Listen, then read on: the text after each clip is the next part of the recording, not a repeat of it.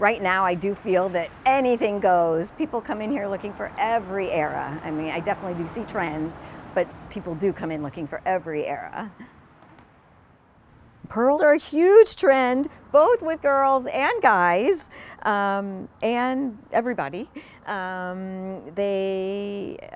think because Harry Styles wore them, or maybe a bunch of different people are wearing them. So those are one of the top sellers, and I have lots of different price points, $10 ones.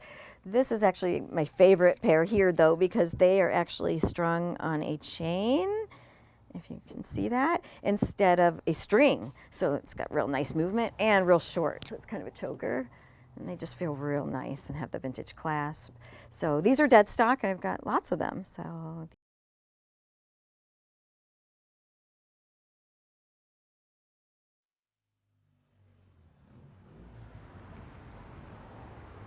it's really from when you get up to when you go to bed, because not only do you have to be here helping customers, you have to make the store look good and clean and merchandise and get new stuff and figure out what's selling and what's not selling.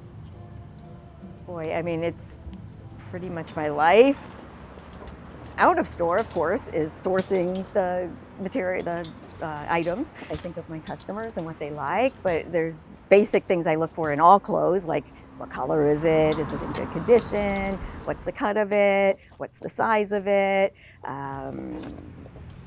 What fabric is it made of? What decade is it from? Is it collectible in any way? What's the print like?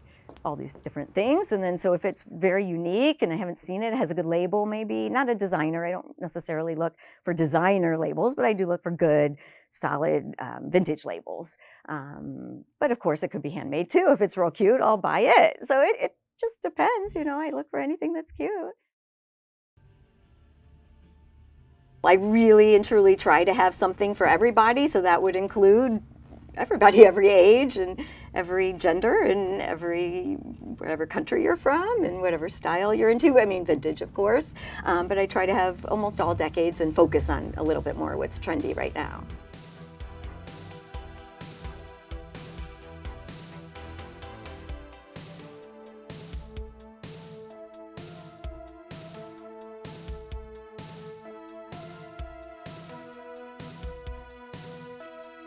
A lot of celebrities have been wearing it, and musicians, you know, pop culture, and a lot of movies and TV shows too. They're either based back in other prior times, or the modern characters are wearing vintage.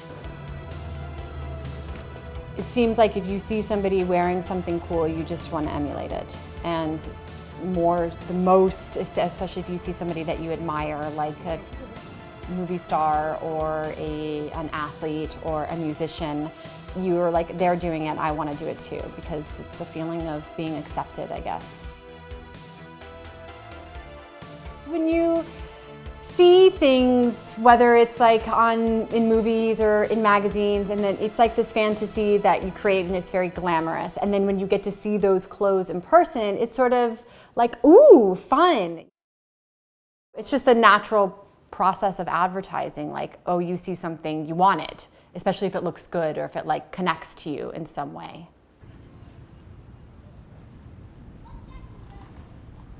People who live here have lovely items and they tire them. They just get tired of them and they will donate them. For my own joy of thrifting, going to Salvation Armies, Goodwills, children's charities locations, and I amassed some treasures.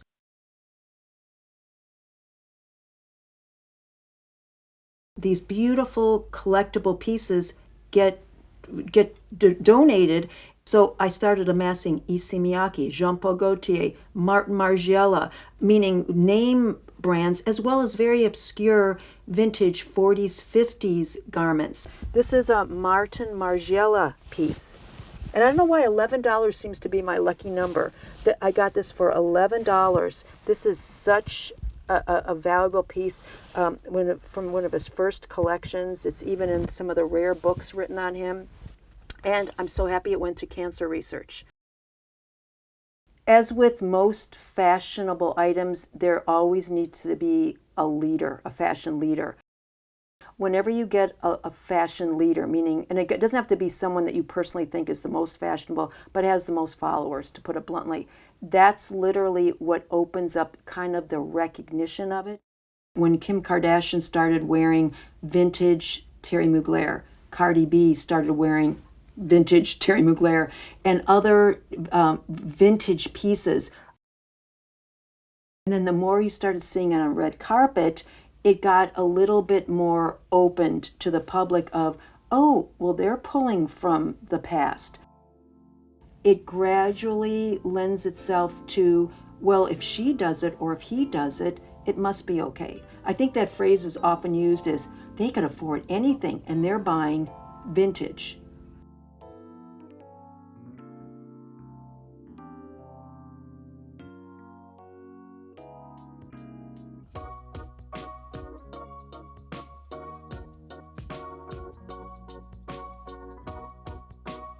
There's some more delicate and high-end pieces on the wall. These are mostly 1920s dresses. The accessories, well, some of them are 20s, some of them just go with the 20s, but they're all vintage. But there's some really beautiful pieces there. And I just love the wine bag and the moon bag and all the hats that go with them, and of course the dresses. Things now are not made, they're intentionally, I believe, to not last, so that, because you're going to want something anyway, so why are they going to bother? So, when you look closely, like at the seams, and do the patterns match up, or how is it hemmed, and just all the workmanship, does it have pockets, those kinds of things, they're just better made the older they are.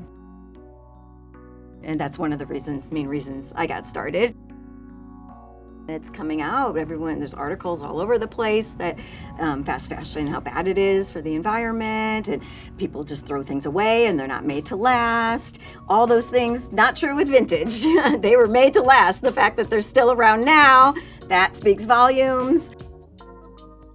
Lemon Frog Shop actually is a certified green business. I just like to be a green person, so then that of course involves fashion as well, so that you're not buying something new, you're buying something that already exists.